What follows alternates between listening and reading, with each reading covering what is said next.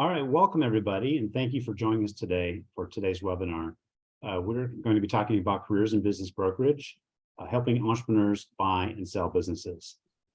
This webinar will be recorded. We're going to spend about an hour today. Hopefully we'll have about 15 minutes or so for questions at the end. And many of you have submitted questions, and thank you for submitting those in advance. And if you have any additional questions, you can enter those in the Zoom toolbar during the Q&A session. We'll try to get to as many of those as we can.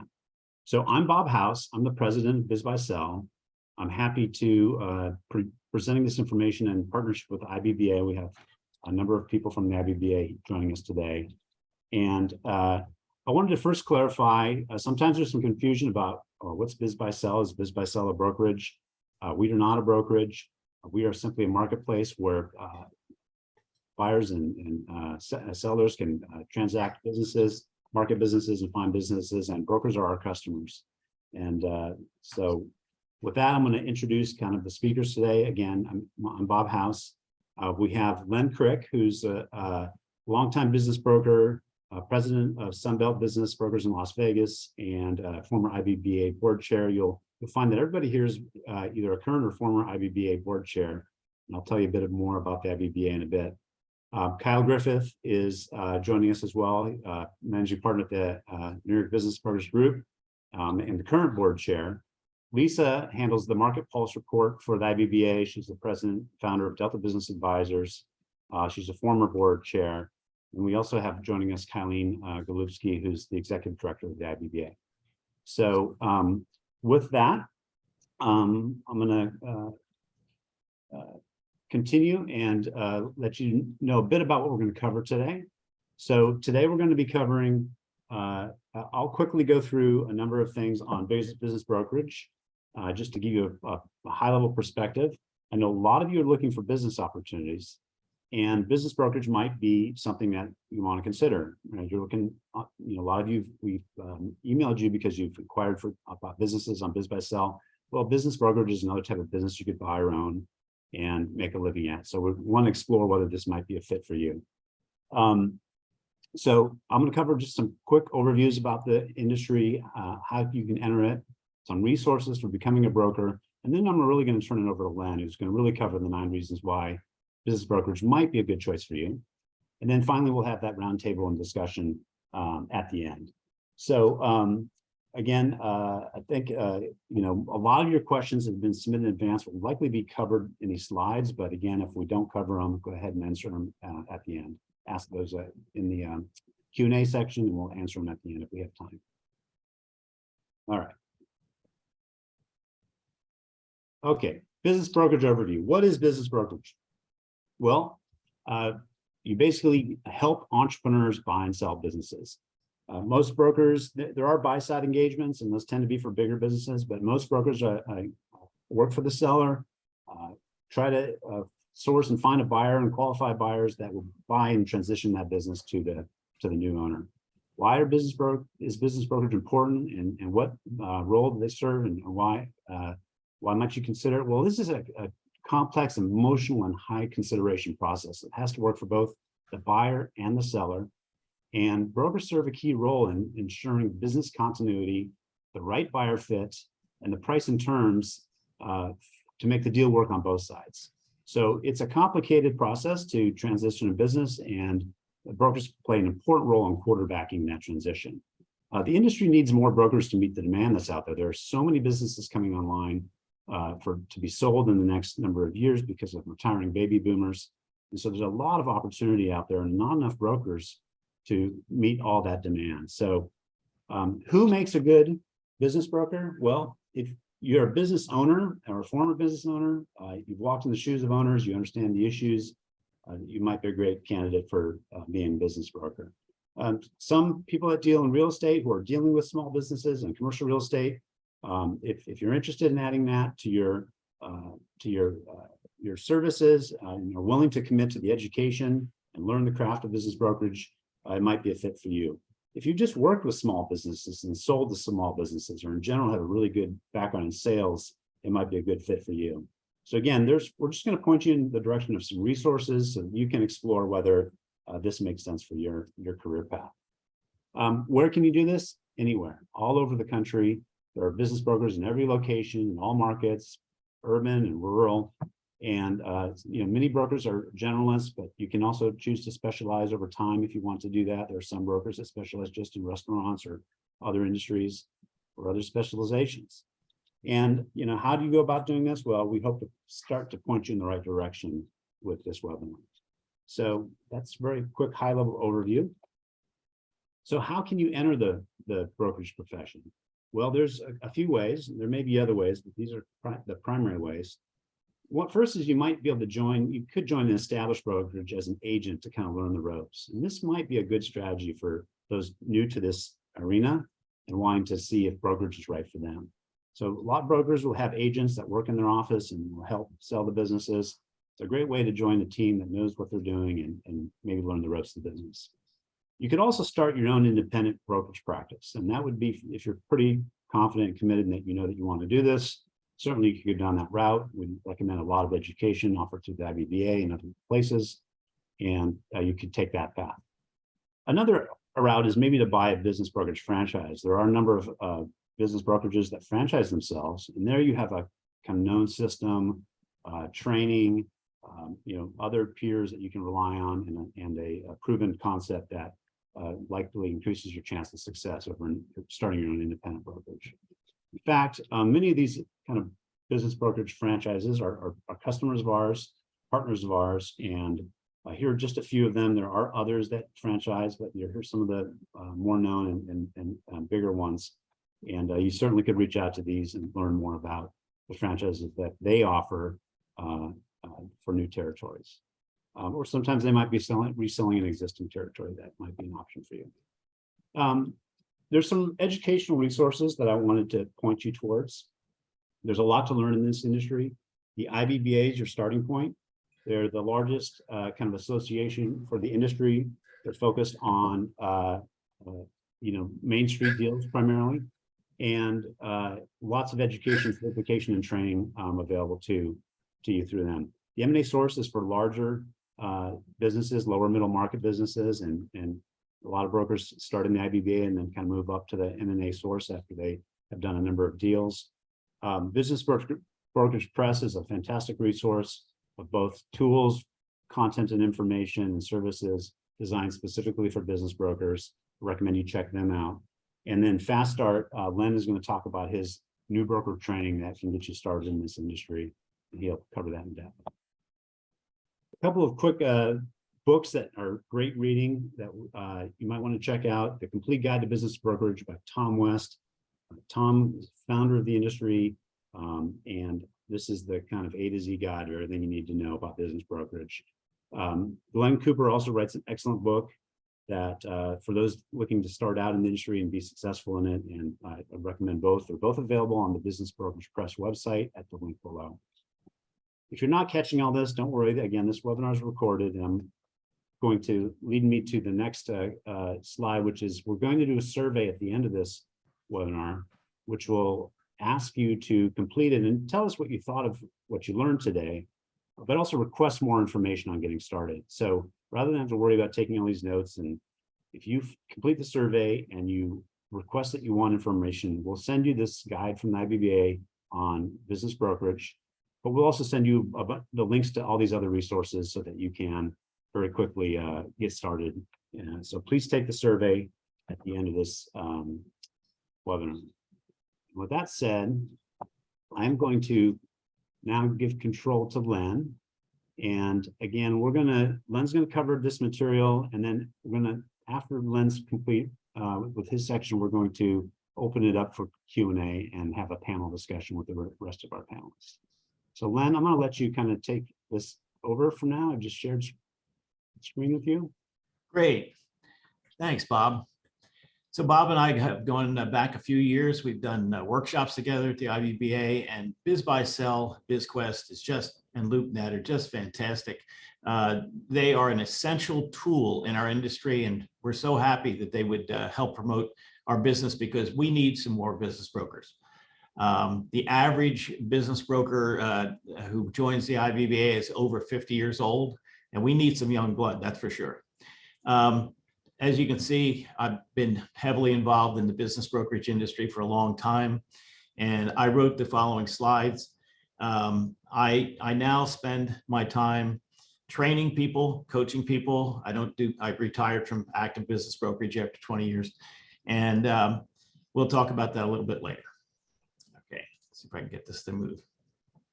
All right, so now is the time. Really, there's never been a better time to become a business broker. With thousands of baby boomers moving toward retirement and selling their companies, you know, the graying of America, and you know, the old succession plan, you know, John Smith and Sons, yeah, that really doesn't happen very much anymore. And Sons went to B school and they never came back, you know, so they're not going to take over the family business, and so they don't have an automatic succession plan anymore. And a lot of these baby boomers need to retire or want to retire. Maybe they have health problems, whatever, and they need to move on, and somebody's got to buy those businesses and operate them. Obviously, purchasing helping to somebody purchase a business with 3 to 5 years of proven cash flow, they have about an 85% chance of still being in business after 5 years, versus starting one up from scratch. There's only about a 20% to 25% chance of still being in business. So we sell very low risk opportunities. If you're looking for a new opportunity, and you have experience in sales or business ownership, you should consider a career in our business brokerage industry. You can have a very rewarding profession. It's exciting and different every day, while also having time, if you want, for leisure, family, friends, and more. It's interesting the way you can manage your time in this business, similar to real estate, I suppose. Let's see if I get the next one. Okay, how about that? So, whoops. Jumped the gun here, sorry. Well, this is a very sensitive thing. So there are 9 reasons why business brokerage is a great choice. Number 1, it's meaningful work. Being a business broker is very rewarding. Believe me, I've had 7 careers in my life, and this is the best one I ever had. And I took 2 companies public on NASDAQ. This is much more fun. We help sellers achieve their goals and transition to the next phases of their lives. It's exciting to be involved in the matchmaking, to connect sellers and buyers, and to quarterback the process for a smooth and successful transaction. The better you are, the smoother it goes, and the parties think it's actually a fun experience of acquiring or selling a business. Currently, there's a huge influx of multi-generational companies being sold, including businesses with retired baby boomers, like we said before. A career as a business broker can be very rewarding because you will be helping people achieve their dream of owning their own business or retiring from their current business. Number 2, this is exciting and energizing. You'll work with individual sellers and buyers, as well as private equity firms and strategic buyers nationwide and from abroad. Lots of foreign buyers. Prospective buyers are constantly looking for new opportunities. So there's plenty of ongoing activity for business brokers. Because there are many companies growing through acquisition and private equity groups deals, they're also currently moving much faster. Okay, most professional business brokers wake up every morning excited to dive into their deals. I know I do. It's just, you can't believe that this is so much fun, and they pay me too. It's amazing, and well. Number 3, variety. No 2 businesses or days are alike. Trust me. You think you're not going to know what you're going to do every day, but you don't. Okay, as a business broker, you will represent different types of businesses and navigate the unique challenges that come up in deals. If you like problem solving, you're going to do really well as a business broker, because that's what we do. Okay, anticipate the impediments and figure a way to get around, over, under, or through that impediment. The business brokerage industry focuses on selling companies with, say, $500,000 to $10 million in revenue, serving a large variety of industries. So it's varied. It's not the same thing every day. Okay, this is a lucrative business and profession. Notice I didn't say job, Because what we do is a profession. You need to learn your craft if you're going to be good at it. It's not for everybody. Transaction fees for business sales are generally much higher than commissions for real estate professionals because selling a business is longer and more complicated process.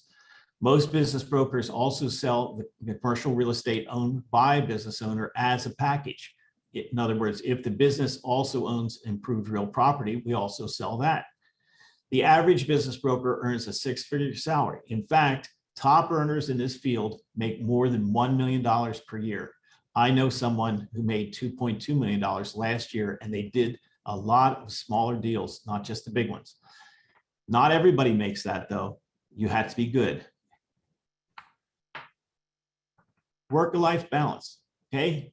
With the graying of America and resultant increase in business turnover, you can be as busy as you want to be while having the flexibility to set your own schedule. The more you work, the more businesses you can sell. You can set your own schedule that works for you and set meetings when it makes most sense for you and for your clients. Are you over 60? No problem. Unlike many professions, many business brokers thrive when they enter the profession in their 50s and 60s. Trust me. Business brokers, particularly if they're older, like to hire older, more seasoned business brokers who have walked some miles in their shoes. So what I just said was, if you're over 60 and you want to start a new career that's very challenging, I think you found it. Number 7, location and flexibility. Technology has made getting into the business much easier and has given business brokerage practitioners a virtual office. Business brokers work in a huge variety of operating modes. For example, you can work in an existing business brokerage office, or you can work in your own office as a sole practitioner. From home, you can work, you can own an office and recruit and train your own agents. You can work 100% commission office if you'd like. You can work in a home office, or you can be an independent broker in a shared office complex like an executive suite. So there's a lot of ways you can do this. Number 8, minimal competition. Less than 20% of all businesses are sold through a broker. Even though a professional business broker brings a huge value to the transaction, I would say at least 20% value added compared to for sale by owner. Therefore, it's really very little competition or barrier to entry for a new, well-trained business broker. Notice, I'll stress the most important part of that sentence, well-trained business broker. Otherwise, it's rough. Number 9, small investment required. Unlike many other businesses or professions, very little capital investment is required to become a business broker, including training and home office setup. The capital investment can be as little as $15,000. However, because you will be working on contingency, that means a success fee, like real estate, you should have the means to support yourself for at least 6 months. That would be my advice to you. So those are the 9 reasons that you should become a business broker right now. Okay, what does it take to become a successful business broker? So business brokers act as intermediaries between buyers and sellers. They're like real estate brokers, except they facilitate the sale of businesses or companies rather than property. Becoming a business broker requires more skill and knowledge than it takes capital. Okay, so this is a brain power job. Think about it. You like to solve problems and all that. You want something different, interesting every day. You like psychology because there's a lot of psychology involved in managing the buyer and the seller as they evolve, their expectations as they evolve through the deal. So to become a successful business broker, you must have good oral and written communication skills. That's a fact. Strong negotiating and time management skills. An understanding of a small business financial statements and tax returns.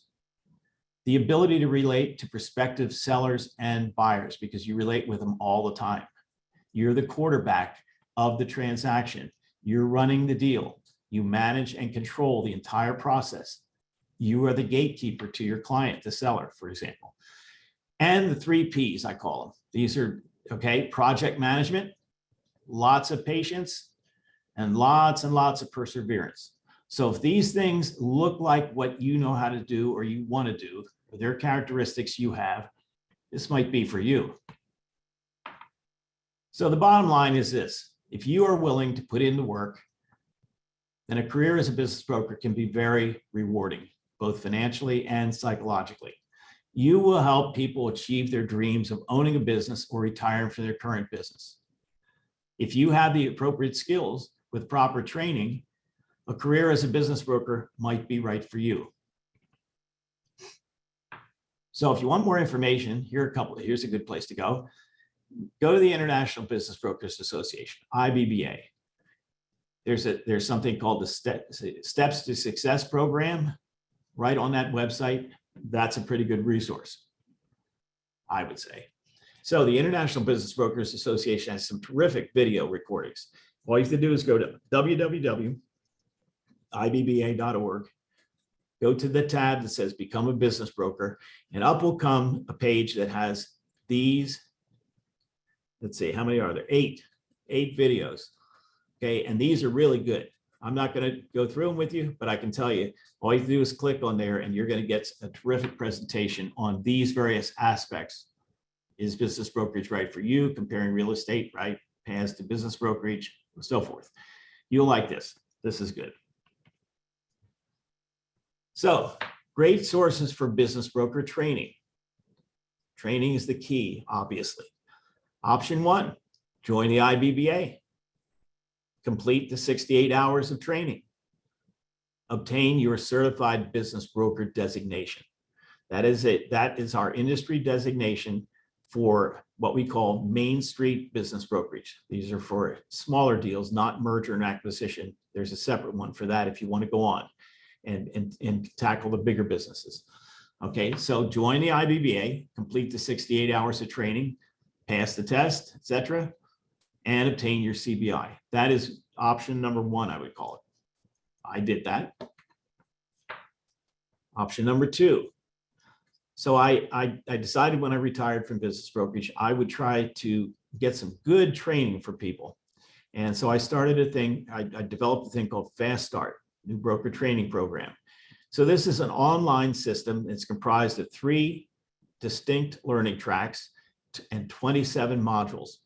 There happen to be 52 sub-modules, by the way. So this is very in-depth, and you will have more information that you probably ever need. It includes 516 downloadable documents. So you'll have a nice reference library that you'll use forever, and you can customize all the documents. They're in Word and Excel and so forth, checklists and so forth. Everything a business broker needs to succeed.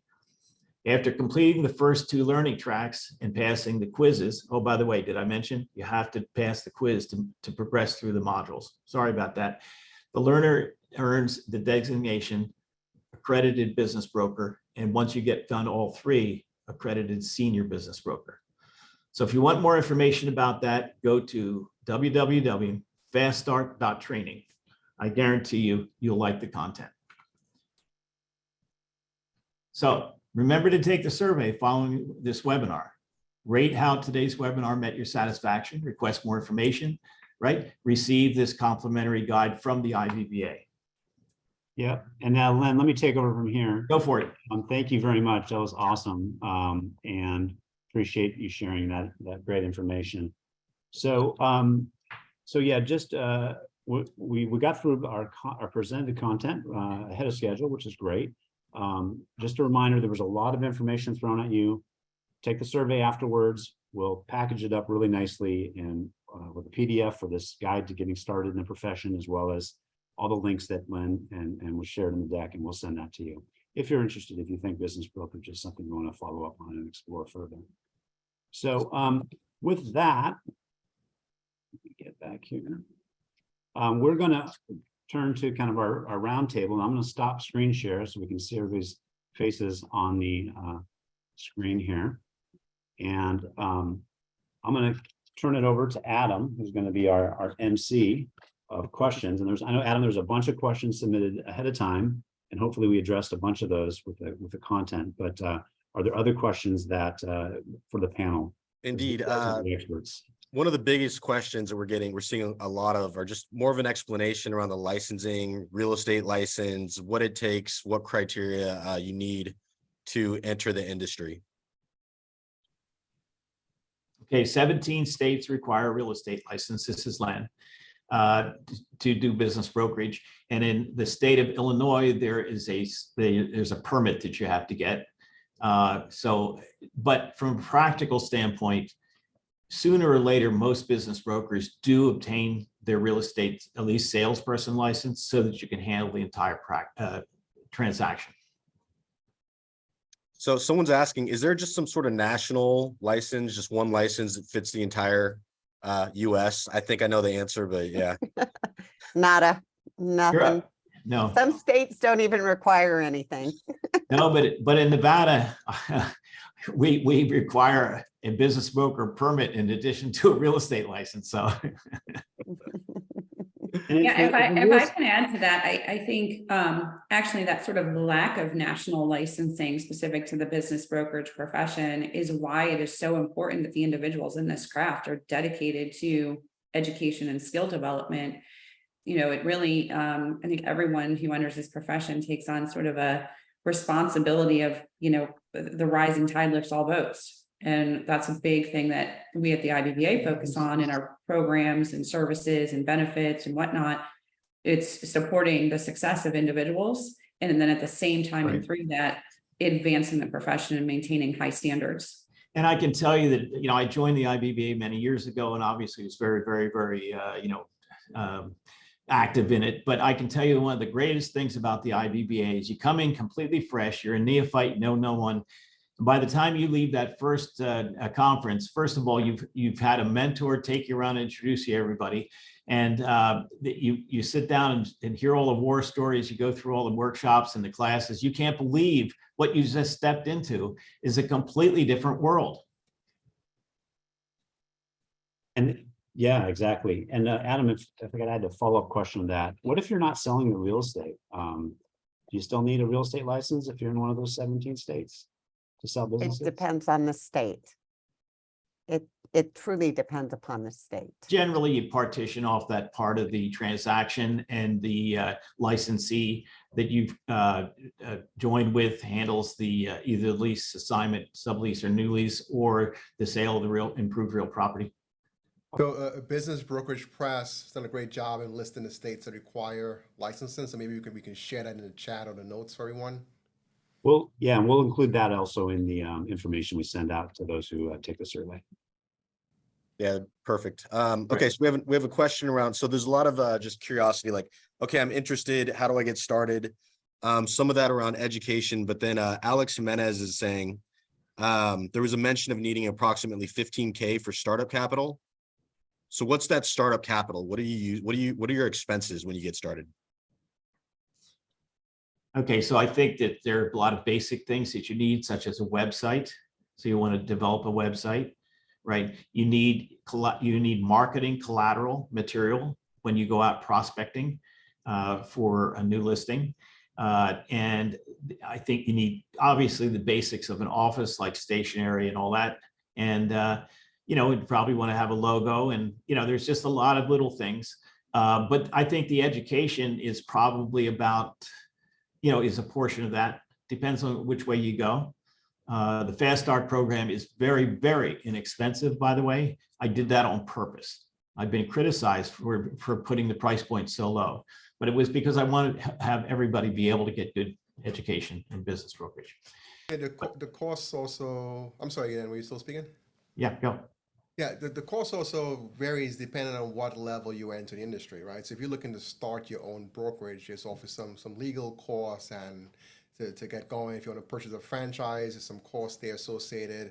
The lowest barrier of entry is actually joining a firm, and so it depends on how you get started and get established. The cost can vary. Right. But the main part is that you have to have enough money to cover your cost of living for the first several months or more until you get paid, unless you're working with a company that pays And there are companies that do base plus commission, and there are companies that do salary based. So Right. there's as many different ways you can do this as there are any other type of business. So the opportunity cost of not having a source of income is really the barrier to entry and the main cost of entering this. Figure 6 months at least to cover your personal expenses of living in order to do this. And that's the main cost. Most of the other things are either free or very inexpensive. It's a business that's very relationship driven, so you need to have some staying power. It's not a one hit thing where you get success in the first month and you're done. You have to have some staying power to keep going, so to speak. So yeah, having that 6 months, even more capital available to sustain you over a period of time, you're going to need that. Right. And that lines up with, the data around how long it takes to sell a business. It typically takes about 6 months to sell a business from the time that you Right. get that listing to the time you sell it, on average, You right? gotta Yeah, factor the in time average, go ahead. you got to factor in time to get the listing too. It may take you, Sure. let's say, 3 months to get the listing. If it takes you, 6-7 months to sell, like you're already 10 months there with no income, right? So you got to factor all that in. So let me point out to everybody out there who's thinking about doing this, that this is a very unusual career, profession you're looking at. The average successful business broker has no more than 10 to 12 quality listings priced correctly at any one time. Okay, if you sold all 12 of those, you would make a lot of money. That's all I can tell you. So the idea is, the metric in our business, just for everybody out there, is you do prospecting to generate a listing, get a listing meeting, you convert that to a listing, convert that to an offer signed both ways, get it through due diligence, get it through closing, and you've completed the transaction. There's a sequence, there's a system in our process in our business that's running the deal. And that's the metrics that you have to go from one to the other to the other. And the interesting thing is, this is like juggling, except they're not all balls. You have a rubber chicken and a bowling ball and a dagger. And, it's very, very interesting because you're all in different periods of gestation. Some you're just listing, some you're doing the valuations and so forth. So this is one of those things where time management and being able to keep yourself really organized. I use checklists, by the way, is the name of the game to get these deals done. You want to strive to get probably 80% of your deals done if you can do it. Okay, And that kind of goes back to why you tend to see more brokers that are successful over the age of 55, because typically if you're right out of college, you're going to need, some resources to keep you going. So typically the best brokers are entrepreneurs that have been successful in their respective business or have sold their company. They don't really necessarily need income in the first year to pay their bills, take care of their families. That's traditionally why you have seen typically more seasoned professionals being successful in the space. But that doesn't say that someone out of college can be successful. We have very younger professionals that's part of the IBBA that's been successful at a younger age. You just have to have enough resources to hold you out until you start selling some deals. Right. Yeah, I noticed we had a comment come in that sort of asked, or commented about Len's point about age, right? And I think Len's point was, unfortunately, in so many fields now, there's almost some age discrimination happening as you get older in some careers and professions. And I think his point was like, hey, you don't have that here. And in fact, your age can be an asset because you've got that wisdom, that experience, that credibility. But at the same time, I do want to make clear to what Kyle was touching on, we are seeing a shift in the profile of business brokers. We are seeing more women, more people of color, younger people. And, we're also seeing that the business owners themselves are getting younger. And that's Right. a very significant trend, right? It has all kinds of implications for what we do. And in fact, the IBBA has just conducted some really interesting research on business owners to better understand that. And one of the big variables in perceptions about business brokerage and knowledge about business brokerage is the age of the entrepreneur. So that the age of the entrepreneur is sliding down. Right. We need to understand that. And in case somebody out there wants to know, well, I don't know a lot about all these different kinds of businesses. How can I sell a business when I don't understand how all these work? Trust me, I always say for a short, mutually beneficial time, my client is my Siamese twin. We are joined at the hip. They know all about their business. They keep the sales up and I run the deal. Okay, we dance and we dance together a whole darn time.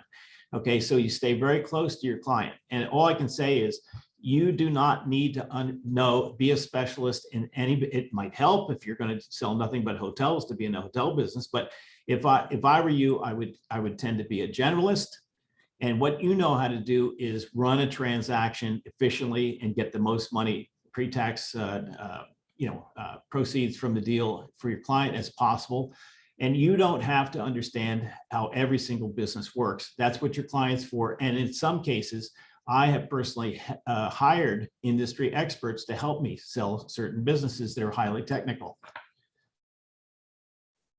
Great stuff. Adam, Yes, I see a lot of questions about commissions. there are a lot of questions about commissions, payment schedule, et cetera. How do you make money is ultimately, I think, what people are getting at.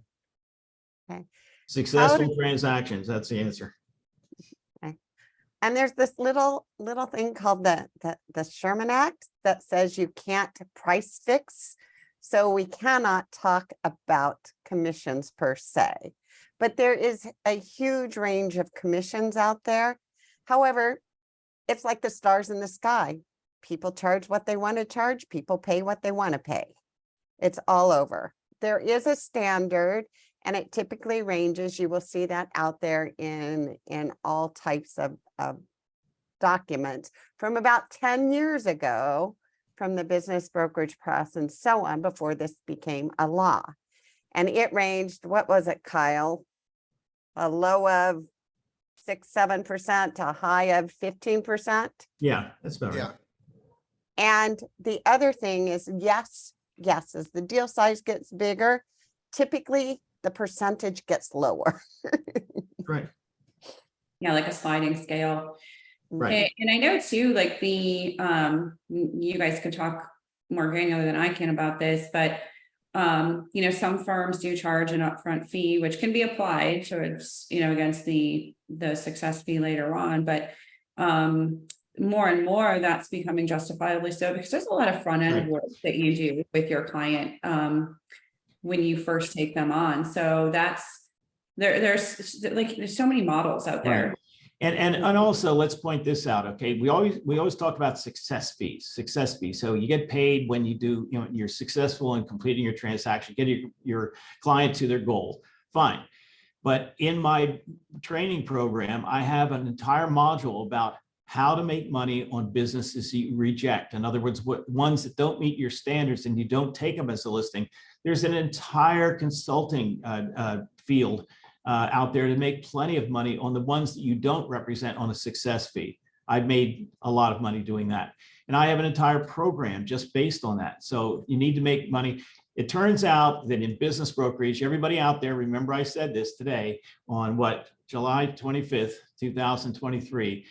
Okay, if you ever become a business broker, right, your listings are not your inventory in this. It's your time. It's how you spend or invest your time. Spend it wisely because you never get it back. Okay, so go ahead. Sorry, really quick, Len, on that topic, we had a few people ask, so is this a full-time profession or can you do it as a side hustle?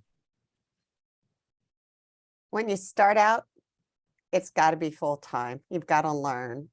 Side hustles in this don't work as well because what are you doing? You're putting two different faces up to your clients. I would say the exception. You. Lisa, I think the exception to that is, and I've seen this in our office and a couple of other offices that I've coached, that if you're going to be just a listing agent, I'm going to call it, you can do it part-time. But if you're going to see the transaction through, a listing agent basically refers that listing that they generate to their other people in their office and they handle it. Okay, so that's the only kind of part-time. And the other exception is when you get your 20 years in, you might be able to do it part-time. Okay, but don't bet on that because it does take your life over. This is one of those things like owning a restaurant. I mean, you live, eat, sleep, and breathe it all the time. It's also the most fun thing you're ever going to do in your life. Kyle, I your think thoughts? we were talking about time, like a lot of it that you touched on, which that was spot on, Len, was, it is more, it's not that it's not full-time or takes dedication of effort and focus, but what can be attractive is the flexibility. right? And you setting your schedule and your hours. So I think there is that positive attribute, but I can tell you with folks that we've dealt with through the IBBA who are exploring this profession and their questions that, typically we would advise against, part-time effort is going to get you part-time results. Right. You're probably not taking care of your clients as well as you should be, Right. nor focusing on your marketing as you should be. And eventually that's going to start to crumble, Right. and, could result in a bad situation for you personally. And you don't want that to happen. Sometimes a team approach works okay in an office. For example, if you have two people who one is very good at sales and the other is very good at numbers, sometimes that works out just great. It really depends on what your goals are. If you want to become a successful broker, I recommend you jump in this full time. This is a career. It's not a moonlighting job where you're just doing it part time. It's very relationship driven, and I kind of joke with my clients. We actually are running an adult daycare. Clients going to call you with issues. A lot of clients are retiring. They have health issues. They have family issues. They have kids that are relocating, and they want to spend time with their grandkids. There's a lot of personal stuff that you have to manage, and a lot of times it can be after hours. Showing appointments can be different times of the day and so on. So full time is recommended, but to Len's point, it depends on the office. You can join an office as a listing manager. You can just be an analyst in a firm. It just really depends on what role or what you're looking to accomplish within the brokerage. That's Right. great. So another question I'm seeing come in quite a bit. So how does it work with business brokerage, representing the seller, representing the buyer, representing both? Can someone speak to that relationship? Sure. Typically, business brokers represent the business owner, that is the seller. Occasionally you have buyer representation, but that's less common. It's a little bit different skill set. I always tell people that I coach, I don't know about you, but I'm pre-programmed to drive the price up, not down. Okay, so the representative, the buyer never kind of works for me because I'm trying to rub the porcupine backwards, and it just doesn't. It's painful to try to drive the price down. But by the way, that also doesn't make any sense to me because I'm making my transaction fee. By the way, we don't call it commission. My transaction fee I'm earning based on what we sell the company for. So I'm going to try to drive the price down. Yeah, that doesn't work. So the answer is most of it's sell side. It is very dangerous to be in dual or multi-party representation, is what you're talking about, even if it's legal in your state, because it's the prospect for increased personal liability raises its head big time when you're in dual agency, where you can't actually work in the best interest of both the buyer and the seller simultaneously, I don't believe. But in some states, in Florida, sometimes you can elect to represent the transaction. I haven't figured that one out yet. I know you guys have heard the saying, cash is king. In this business, inventory is king. You want to control the merchandise, you want to control the inventory. So you want to get deals under your pipeline and sold. There is a business representing buyers as well. There's some brokers that are successful at doing that, but for the most part, to learn the business, you want to focus primarily on the sell side, representing clients and selling their business. Excellent. We had someone just comment, do these transactions require a lawyer to be involved? The answer is yes, we always encourage attorneys, but like some of the franchises, they will have set forms. Florida has some set forms for their members. So California has some forms that business brokers can use. But the answer is it depends upon franchise, state, and location. Louisiana has a whole different type of world. Yeah, Napoleonic law. So in some states, they're what we call escrow states. The smaller transactions can be completed using an escrow company, and the escrow company we use here in Las Vegas actually happens to be inside a law firm. So I guess that's yes and no. Okay. But the answer to your question is you are the facilitator and sometimes the scrivener, but everything is the decision of the parties involved, the buyer and the seller. It is not your job. Your job is to get the deal done. Okay. Yeah, and I would add that as a business intermediary, you definitely want to stay out of the business of providing legal advice, right? And accounting advice and tax advice. Yeah, right. Well, and I think that's great to point out, maybe because that can be a little bit intimidating because folks are thinking, oh my gosh, I have to be a legal expert, I need to be a tax expert. No, you need to know a little bit about each of these areas, certainly, but it is entirely appropriate and depending on the different variables of the transaction to bring in these professionals, or your business owner may already have these professionals and you really become part of a team that's working on the deal. But Right. One of the resources that you showed earlier on the slide, one of those videos that the IBBA has talks about legal issues for aspiring business brokers. And I would just say, please minimally listen to that one because you need to know some of the legal aspects here. The overall answer I always give when somebody says, do you give advice to your clients? I say, yes. And my very first advice on certain subjects is please get your own professionals involved in the tax and the legal aspects of this deal. And I actually have lots and lots of identifications and acknowledgements and so forth that they sign that says, I told them to do that. Yeah. Okay. And I want to point out too, Lisa, you brought up states like Florida and California. I do want to mention that in addition to the IBBA, which is an international organization, that domestically here, states or sometimes regions have local business brokerage associations. And I would really encourage you to tap into those groups too. They're a great resource of localized networking for you in education. And in some instances, like Lisa was saying, they have developed forms that have gone under legal review for the laws and the operating norms of their state. Right. And it can be a very good asset for you. So on this topic, do you need to be a valuation expert to be a broker?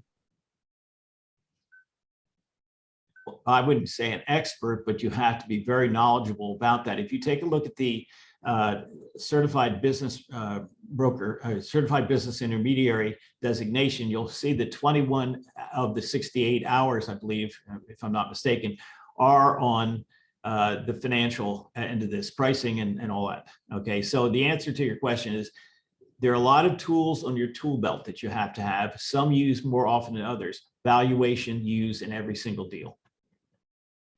Well, and should we take a moment to distinguish, that's always that term valuation can be subjective and mean different things. So there is a separate credential to be a certified valuation analyst, right? Like that is a thing and that's a profession in of itself. What business intermediaries most commonly engage in is determining what we might call the most probable sales price or most probable sales range. Right. You need training to do that, as Len was pointing out. You need training on how to analyze financials, recast statements, and then interpret that into a realistic price for the business. Right. But you don't need a valuation analyst certification to do that. Now, if you really want to go the true valuations route, then yes, there's other places to go for that education and certification. Right. What we produce is not an appraisal.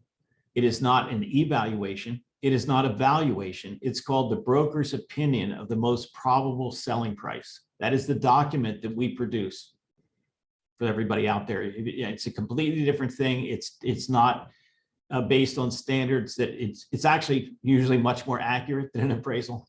We really want to get down to it. So. And how do brokers produce that, Glenn or Len? What are the steps? Okay, so obviously we have to collect the data from our client through interviews and financial data and so forth. And then I would use a good valuation, if you want to call it that, model. I happen to have one, but there are plenty of them out there. And you get to learn how to do that. There's some finesse involved, okay, in figuring this out. We also pull comps. There are some terrific comp sources from privately done deals that have been privately transactions versus public companies. And you basically come to a conclusion. And then at least my software called Price Point tests the conclusion to make sure that it can work for the buyer and the seller.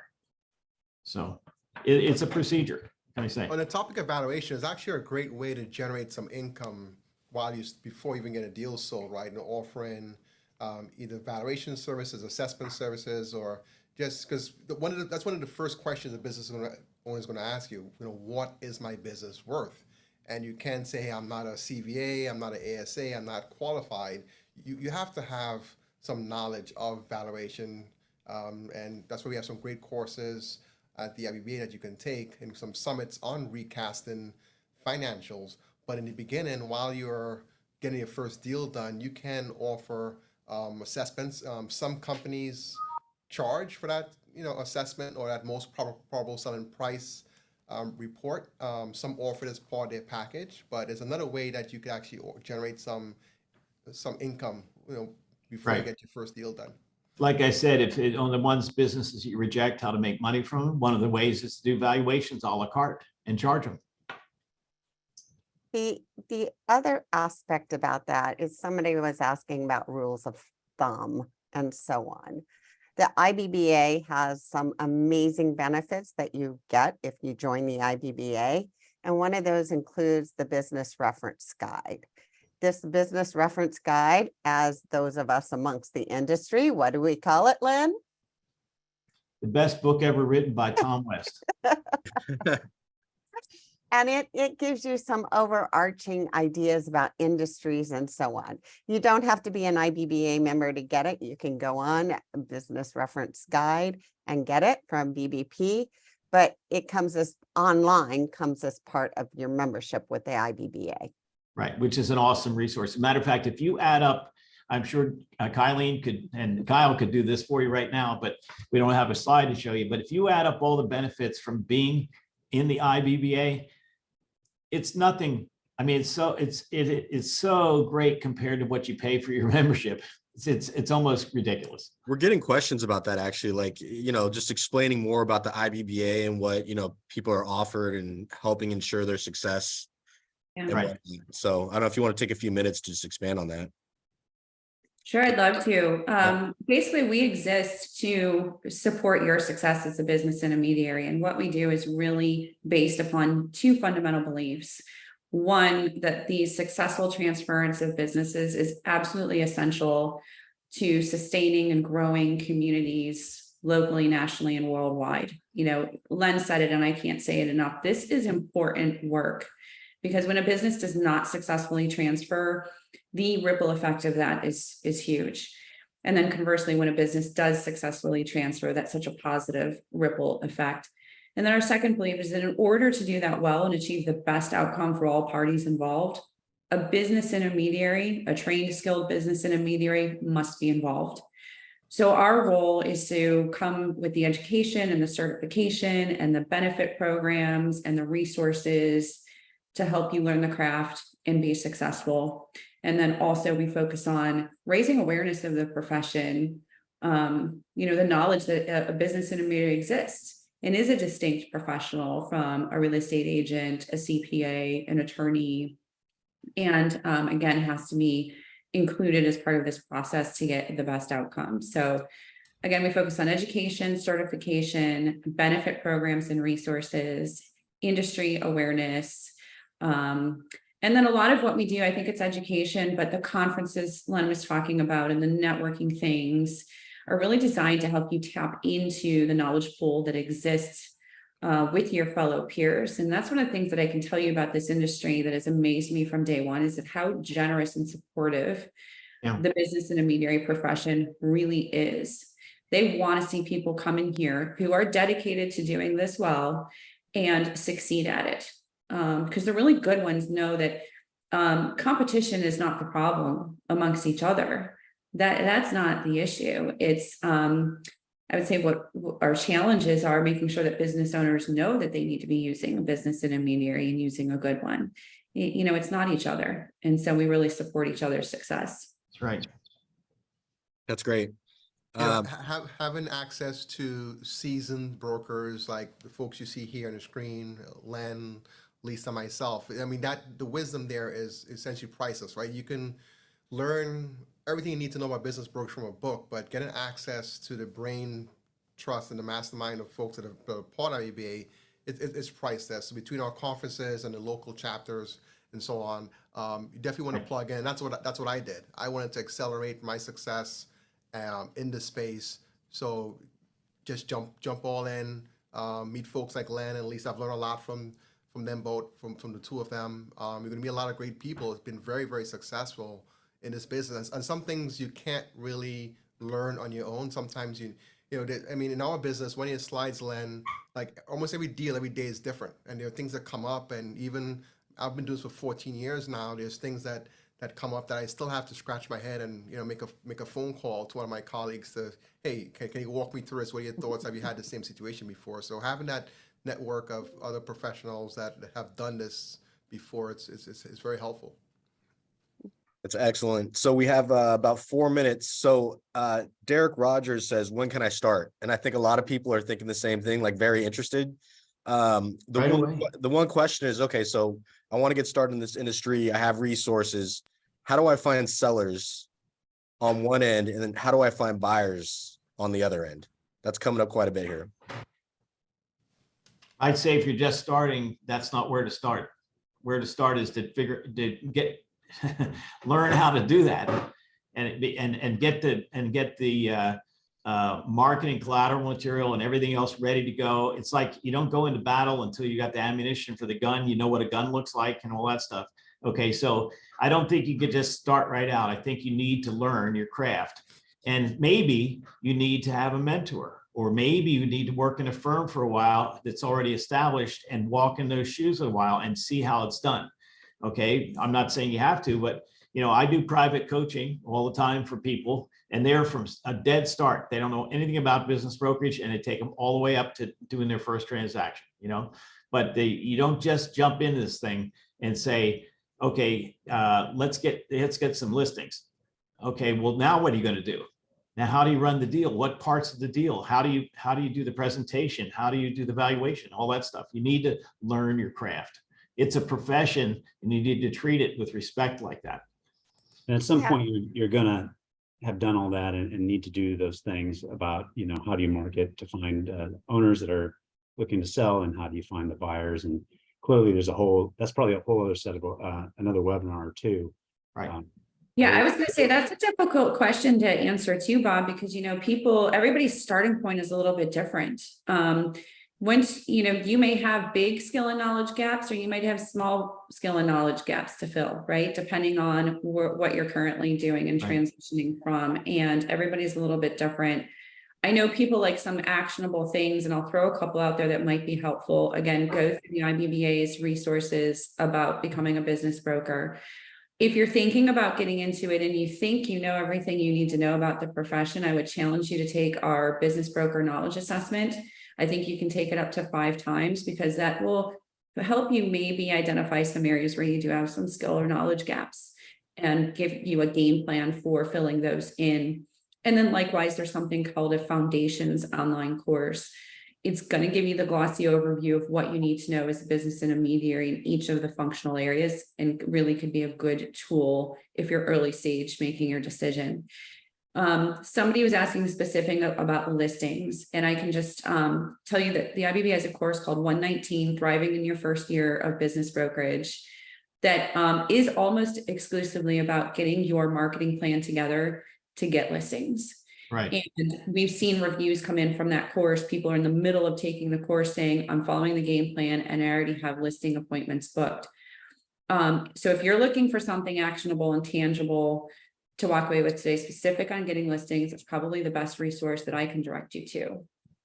The second aspect of that, as the market pulse finds quarter after quarter, your best referrals will come from those referrals, those people I mean, we actually at our firm have a 30, 60, 90-day plan, but during that time, you're still connecting with those persons who or getting in front of those CPAs, financial advisors, lenders, and so on, because your referral network, regardless of if it's getting listings or if it's getting people that help your business owners, are going to be critical. And that should be your office if you don't have one. Right. I think if we want to answer that question about prospecting, how do you find your listings? If that's the question that somebody asked, the answer is one size does not fit all. There are proactive and reactive methods. Okay. And, but everything from cold canvassing to cold calling to drop notes to direct mail letters to referral groups and so forth. I mean, there's every kind of, and I cover all this stuff in my course, obviously. But you have to decide what's right for you. Some people go, I'd rather have root canal than do cold calling. Okay, it's not for you. Okay, but some people love cold calling. If they don't dial for dollars, they get jittery in the afternoon, whatever. Okay, so there are prospecting methods that are tried and true, and you just need to decide which ones you're going to use, and then go for it, implement it, and then track your results, all that stuff. Great. As far as selling businesses, that's easy. BizBuySell, BizQuest, LoopNet, and a couple other websites is how 84% of all the buyers are generated. So that Bob has that completely squared out. So Thanks, Well, Len. thank you, Len. That's a good segue, and I know we need to wrap up here. So I sorry. did want to mention, yeah, certainly there's lots of buyers in BizBuySell, but for new brokers, we do have BrokerWorks as a membership option for that. A lot of brokers will join not only to get their buyers, but then they'll be in our broker directory and they'll get sellers as well from BizBuySell. So when you're ready, that'll be part of your marketing plan. But you got to start with the education piece and the networking piece that we've discussed today. So I want to thank all of our panelists for an awesome discussion and great content, Len, and everybody. Thank you for sharing this with everyone. Again, take the survey to everybody who attended, and we will follow up with more information. We'll have a recording sent out shortly. Give us some time and links to all the resources that were discussed today. So Cool. stay tuned for that as well. Thank you. Thank Thanks, you. everybody. Thanks for attending.